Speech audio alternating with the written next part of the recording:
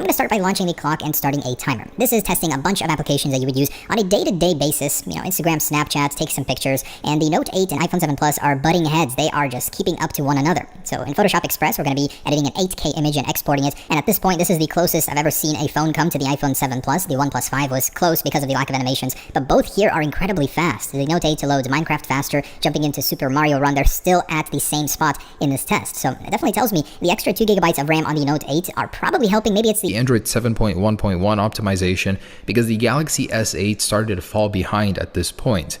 iPhone 7 Plus barely stretches forward, as the loading time on Asphalt was a little bit long on the Note 8, but both are still on the same application at this point. And by the way, the Galaxy Note 8 isn't utilizing its screen completely. In order to keep up with the iPhone 7 Plus, it has to be in full HD display mode. If it was actually running in QHD, I think this test would be a much different test, but most people will be using it in this mode, so that's only fair. Now, this is where the iPhone 7 Plus starts to surge forward in a lot of those basic applications, web-based, Amazon, Netflix, Uber, SoundCloud. It's definitely pushing forward, but the Note 8 is just a couple steps behind. I mean, this is such a small margin. You're really not going to notice that much in your day-to-day usage. I was very impressed with the Note 8 and just how it kept up with the iPhone 7 Plus. Anyways, once we started editing a video or importing one into a video editor, Video Shop, this is a 4K, about 1.5 minutes video, and it's the exact same format on both devices. This is where the Note 8 started to fall behind. It took a lot longer for it to prepare the video clip and then to compile it and export it to the gallery. So in the meantime, the iPhone 7 Plus is on round 2. The iPhone has always been a champ of keeping apps running in the background, having them stay exactly where they were when you last left them, no matter how many you have open. So while the Galaxy Note 8 was still compiling the video, the iPhone 7 Plus was making the rounds into already opened applications and ready to go. So that's a round 2 for the iPhone 7 Plus on 10.3.3, which is pretty dang good. And it comes in at 31 seconds for round 2. Round 1 was 2 minutes and 49 seconds. You know, it's very consistent with past results I've had in these kind of tests. So the Note 8 just finishes up now at 4 minutes and 29 seconds for round 1. And jumping into round 2, you can see that all of the applications are already loaded. The Maps, Photoshop Express, exactly where it was left. Export this one once again. We got Minecraft and Mario Run. So everything was where I left it for the most part. There was a slight pause for some of the applications when loading it where there wasn't on the iPhone, but this is a huge improvement over the Samsung Galaxy S8 if you remember that test. I'm hoping that Samsung continues to optimize that as well, but the Note 8 with its extra 2 gigabytes of RAM is definitely better. So overall, 5 minutes to finish this test. Round 2 was 37 seconds, so very close to round 2 on the iPhone. All right, so next up, I would like to do a startup test. So both of these did very well. The Galaxy Note 8 was very close in the apps. It's only when it began compiling the video, the 4K, about 1.5 minute video, that it started to struggle and fall behind. Otherwise, it is very capable. I can tell. I mean, 6 gigs of RAM really helps. All the apps that on the Galaxy S8 weren't refreshed before definitely were on this guy. Anyways, just a quick little test. It doesn't really mean much to startup, but with all of the apps still opened, let's go ahead and turn these guys off and turn them on at the same time. Now, the one on the left, the Galaxy Note 8, is running Android 7.1.1. My Galaxy S8 Plus doesn't even have that yet, so it's definitely ahead of it. We'll see if that changes anything. This one, iOS 10.3.3, but it's about to be updated to iOS 11 soon. Starting up in 3, 2, 1, and they are off. So there it is. The newest Galaxy Note 8 versus the iPhone. Now this one has a 10 nanometer processor, which is ahead of this guy. The iPhone 8 is going to get a 10 nanometer one, but this thing is already ahead of it technically in the actual nanometer size. So wow, that was surprisingly quick. If it weren't for the T-Mobile logo, maybe it would have been more evenly matched. But both are surprisingly quick. They're using very fast storage, so boot up times really aren't even a problem. Never have been really on phones. Anyways, so from here, let's just go ahead and do a general speed comparison. All right, so I'm gonna go ahead and clear the app switchers. Of course, I do envy the Galaxies. They can just do it with one click right there. There's a lot of stuff that I do appreciate about the Galaxy phones for sure. Don't get me wrong, just because I'm an Apple channel doesn't mean I don't credit them where credit is due. I love a lot of these smaller things that make life easier for sure.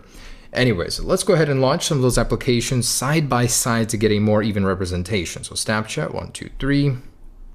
Wow, it actually loaded almost 2 times as fast on the Note 8. Instagram, 1, 2, 3. Definitely loaded faster. This one was still refreshing. On the Note 8, it was faster. So camera, 1, 2, 3. About the same there. Both very good. Google Maps, 1, 2, 3. Wow, on the iPhone, that one loaded faster for some reason. Photoshop Express, 1, 2, 3. And on the iPhone, loaded up faster. Cool. Minecraft, 1, 2, 3. And looks like, oh no, Galaxy Note 8. It was a little drawn out there, but did finish up faster. Mario Run, 1, 2, 3. So far, the Note 8 is owning the iPhone in most areas. That's crazy. Loaded here first. Wow, the processor definitely is very evenly matched in terms of gigahertz speed. This one is an octa-core, though this one is only a quad-core. 1, 2, 3. Definitely seeing that difference here. I was not seeing this with the Galaxy S8. I'm very impressed. Again, this one was a little bit more evenly matched, actually. Grand Theft Auto, 1, 2, 3. There's a little lag when you click on the app before it launches, which I don't like. But it is ahead on this one as well.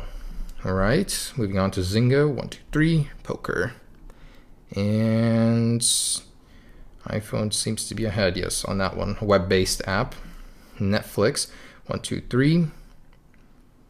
And faster on iPhone, the web-based stuff. Very, very close test. I'm very surprised by the Note 8. Again, it is the newer version. It's not really competing with the 7 Plus anymore. It's supposed to be competing with the iPhone 8, and we'll do that test later on, of course. But for the most part, I'd say that individual app launching, it was faster for most apps. All right, so let's go ahead and do some browser tests using the native Chrome browser and Safari on the iPhone. So starting with reddit.com, 1, 2, 3. And the iPhone loaded that one just a tad bit faster. And CNN.com, 1, 2, 3.